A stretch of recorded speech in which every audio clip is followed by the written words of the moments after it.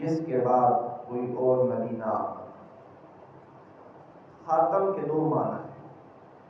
خاتم کا ایک معنی ہوتا ہے آخری، اور ایک معنی ہوتا ہے مہر۔ یہ جو انگوٹھی نہیں پہنتے، انگوٹھی، مہر، اس کو بھی خاتم کہتے ہیں۔ تو یہاں پر اہل سنت والجماعت خاتم بمعنی آخری لیتے ہیں، آخری نبی۔ اگر اس سے مراد ہم انگوٹھی والا معنی بھی لیں تو پھر ہم یوں کہیں گے کہ حضور ایک ایسی مہر ہے، جب لگ جاتی ہے تو پھر وہ سیل بند کر دیتی ہے۔ جیسے ڈاک خانے میں جائیں تو جب شام کا ٹائم ہوتا ہے تو ڈاک ساری اکٹھی کر دیتے اور اس کے اوپر کوئی اسٹیمپ لگا کے اوپر لگا دیتے۔ اس کے بعد اب نہ کوئی اس میں چیز داخل ہوتی ہے نہ کوئی نکال سکتے ہیں۔ اب جب مہر لگا دیتے ہیں تو وہ بند ہو جاتی ہے۔ اب کوئی کھولے گا تو اس کا مطلب ہوگا کہ خلاف ورزی ہوئی ہے قانون کی، کوئی غیر آئینی کام ہوا، کوئی ایسا کام ہوا ہے جو کہ خلاف شرع۔ تو اللہ تعالیٰ نے خاتم کے معنی کے ذریعے اس چیز کی وضاحت فرمائی کہ میرا نبی کیا ہے، خاتم النبیین۔ ایک مسئلہ تو یہ وضاحت فرمائی۔ دوسرا ساتھ میں یہ مسئلہ اللہ نے اس آیت میں بیان فرمایا، ما کان محمد ابا احد، کہ محمد صلی اللہ علیہ وسلم تمہارے مردوں میں سے جو حضور کے زمانے میں موجود تھے ان میں سے کسی کے باپ نہیں ہے، باپ نہیں۔ مردوں کی تخصیص کیوں فرمائی؟ کیونکہ حضور کی جو بیٹیاں ہیں وہ تو تھیں، حضور کی بیٹیاں تو موجود تھیں اور جوانی کی عمر کو پہنچی اور حضور نے ان کی شادیاں بھی فرمائی۔ صرف مردوں کا کہا کہ تمہارے جوان جو مرد موجود ہیں ان میں سے کسی کے باپ نہیں۔ مطلب کیا تھا کہ حضور کے جتنے بھی بیٹے تھے، حضرت قاسم، حضرت عبداللہ، حضرت طیب طاہر، اللہ تعالیٰ نے ان کو جوانی کی عمر کو پہنچنے ہی نہیں دیا، بلکہ بچپن ہی کے اندر ان کو اپنے پاس بلا دیا۔ نقطہ اس میں کیا تھا کہ حضور کو اللہ نے آخری نبی بنانا تھا، آخری نبی اور آخری رسول بنانا تھا۔ تو اگر حضور کی نرینہ ہوا بیٹے حضور کے جوان ہو جاتے، بڑے ہو جاتے، تو پھر یا تو ان کو بھی نبوت دینا پڑتی،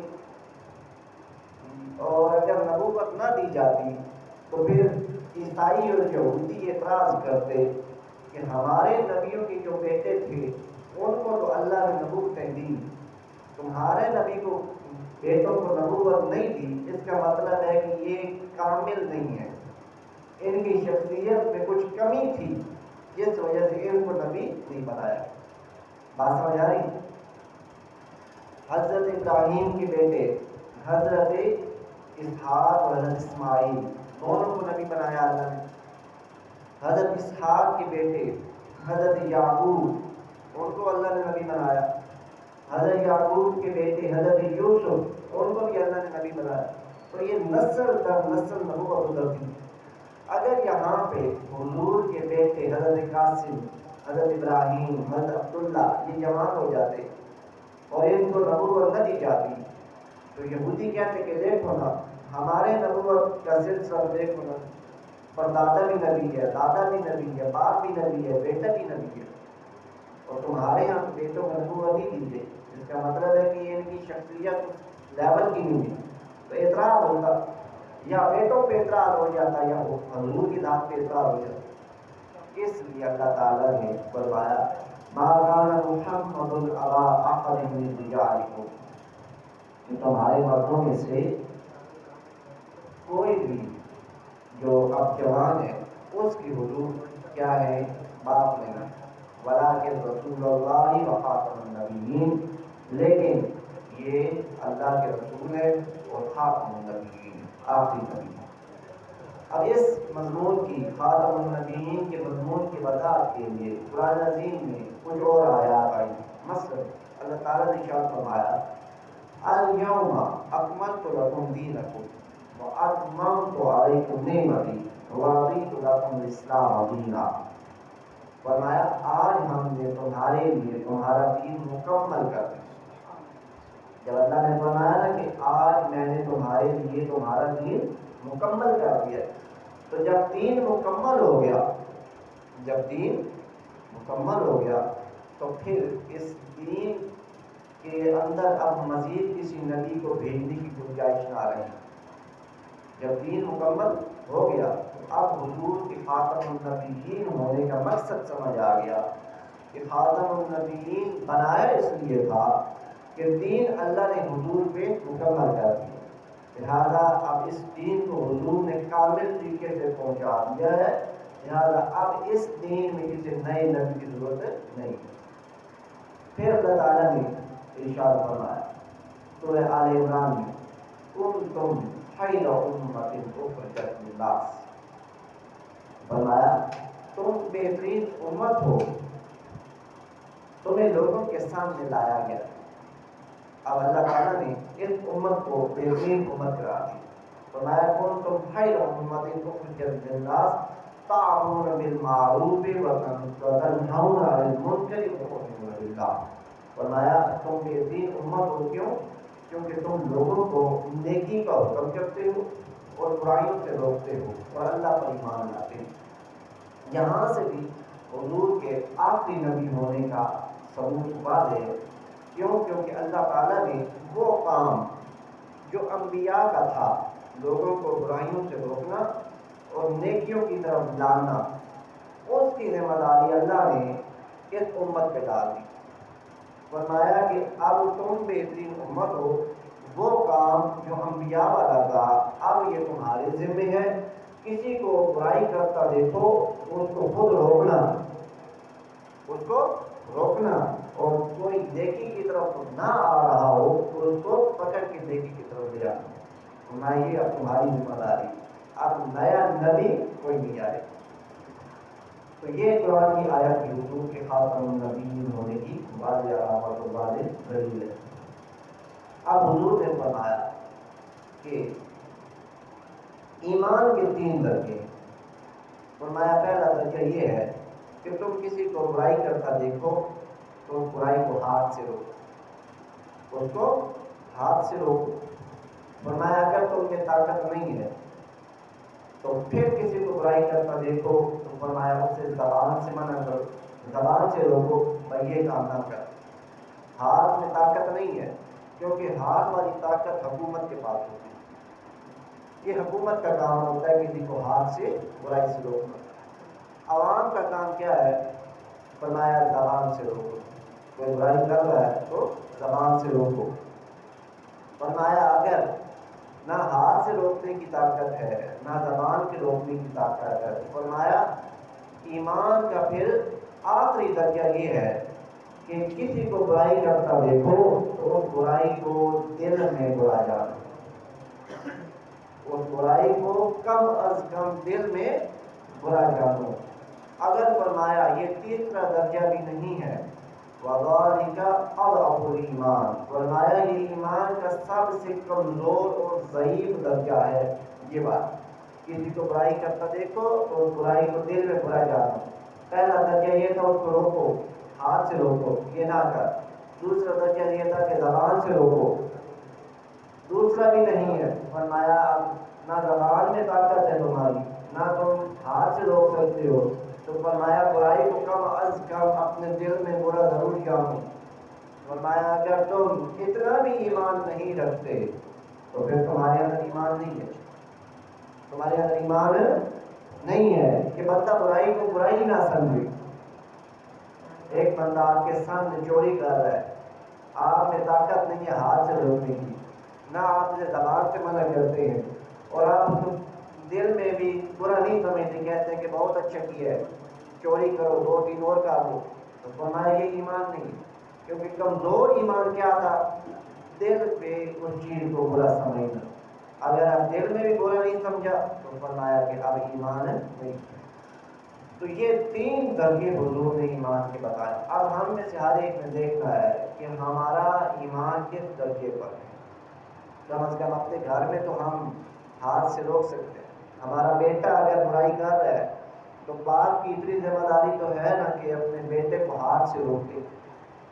ظاہر بات ہے جو باپ کپڑے لے کے دے رہا ہے، اس کے 3 ٹائم کھانا دے رہا ہے، اس کی تعلیم پہ خرچے کر رہا ہے، اگر اس میں اتنا بھی اختیار نہیں ہے کہ وہ بیٹے کو برے کام سے ہاتھ سے روک سکے، تو پھر یہ قیامت کے دن سے سوال ہوگا.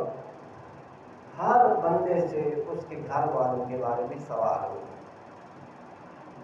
ہر شخص سے اس کے گھر والوں کے بارے میں سوال ہوگا کہ تمہیں نگہبان بنایا گیا، تمہیں اپنے گھر والوں کا، بیوی بچوں کا نگہبان بنایا گیا.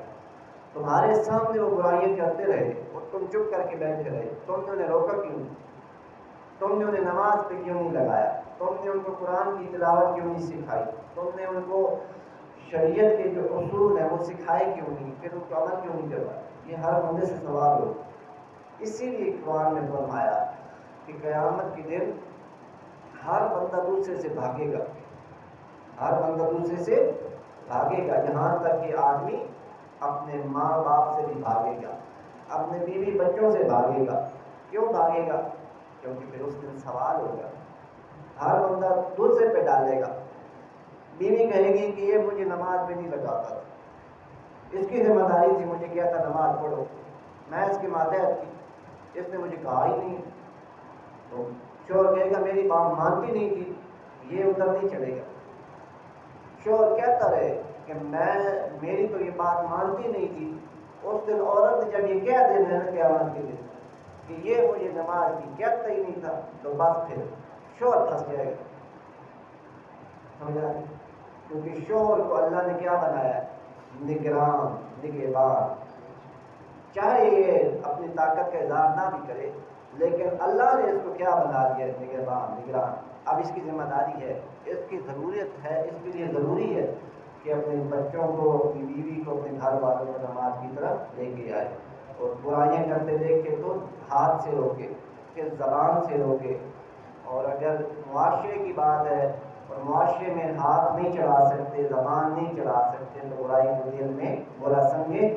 یہ سب سے نچلے درجے کا ایمان. اگر بندہ دل میں برا نہیں سمجھتا برائی کو، تو پھر ایمان نہیں. نبی کریم علیہ الصلوۃ والتسلیم نے اپنی ختم نبوت پر حدیث بیان فرمائی. ارشاد فرمایا کانت بنو اسرائیل تسوسهم الانبیاء کلما خلق نبی خلقه نبی. فرمایا، حضرت ابو ہریرہ روایت کرتے ہیں کہ اللہ کے نبی صلی اللہ علیہ وسلم تشریف فرما تھے. آپ نے فرمایا کہ بنی اسرائیل کی جو سیاست تھی وہ انبیاء کے ہاتھ میں تھی. انبیاء سیاست کیا کرتے تھے، نبوت اور حکومت اکٹھی چلتی تھی. جو نبی ہوتا تھا اللہ تعالیٰ حکومت بھی اسی کے ذریعے چلاتا تھا.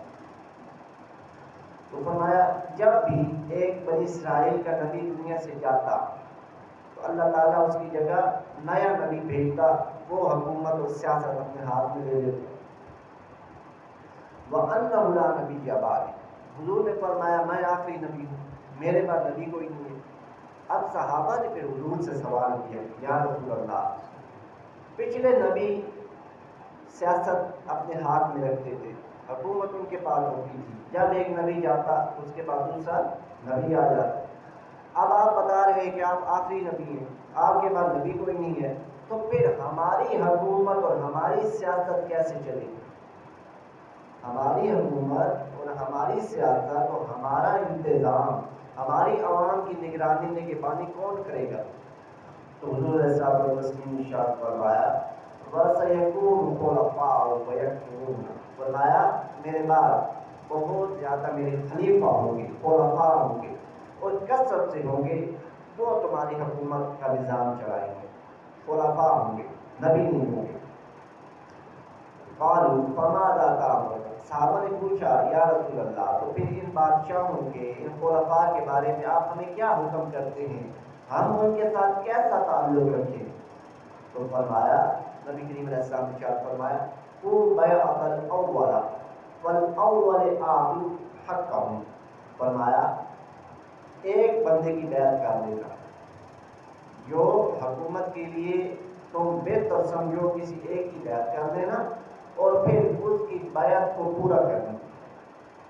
بیعت کرنے کے بعد اگر کوئی ان کی حکومت کو توڑنے کے لیے کھڑا ہو، فرمایا پھر اس کے ساتھ نہ کھڑے ہونا، پہلے سوچ سمجھ کے کسی ایک بندے کی ہاتھ پر بیعت کرنا، اس کو حکومت دے دینا، جب وہ حکومت کا کنٹرول سنبھال لے پھر فرمایا پھر اس کے خلاف کھڑے نہ ہونا۔ اب حضور سے پھر صحابہ نے سوال کیا، یا رسول اللہ، اگر وہ ہمارے حقوق کی رعایت نہ کریں، بادشاہ ہیں، حکمران ہیں، ہو سکتا ہے وہ ہمارے حقوق کا اعمال کریں، ہماری بات ہی نہ مانے، ہمارا ان سے اختلاف ہو جائے، تو فرمایا کہ تم ان کے حق ادا کرنا، فَإِنَّ اللَّهَ سَائِلٌ عَمَّا اسْتَرْعَاهُمْ، فرمایا قیامت کے دن اللہ خود ان سے پوچھ لے گا جو تمہارے ساتھ وہ کرتے رہے، پھر ان کے خلاف کھڑے مت ہونا۔ ایک دفعہ سوچ سمجھ کے بادشاہ بنا لینا، جب بن گیا تو پھر اس کے خلاف اب کھڑے نہ ہونا، اس کو حکومت کرنے دے۔ تو یہاں سے دو تین چیزیں حضور علیہ السلام نے ارشاد فرمائی۔ ایک تو حضور کی ختم نبوت کا مسئلہ واضح ہوا کہ حضور کے بعد کوئی نبی نہیں آنے والے۔ کون آنے والے ہیں؟ بادشاہ اور خلفاء، جیسا کہ خلفاء راشدین آئے، اس کے بعد دوسری حکومتیں، بنو عباس آئے، بنو امیہ آئے، عثمانی خلفاء آئے، صلاح الدین ایوبی کی حکومت آئی۔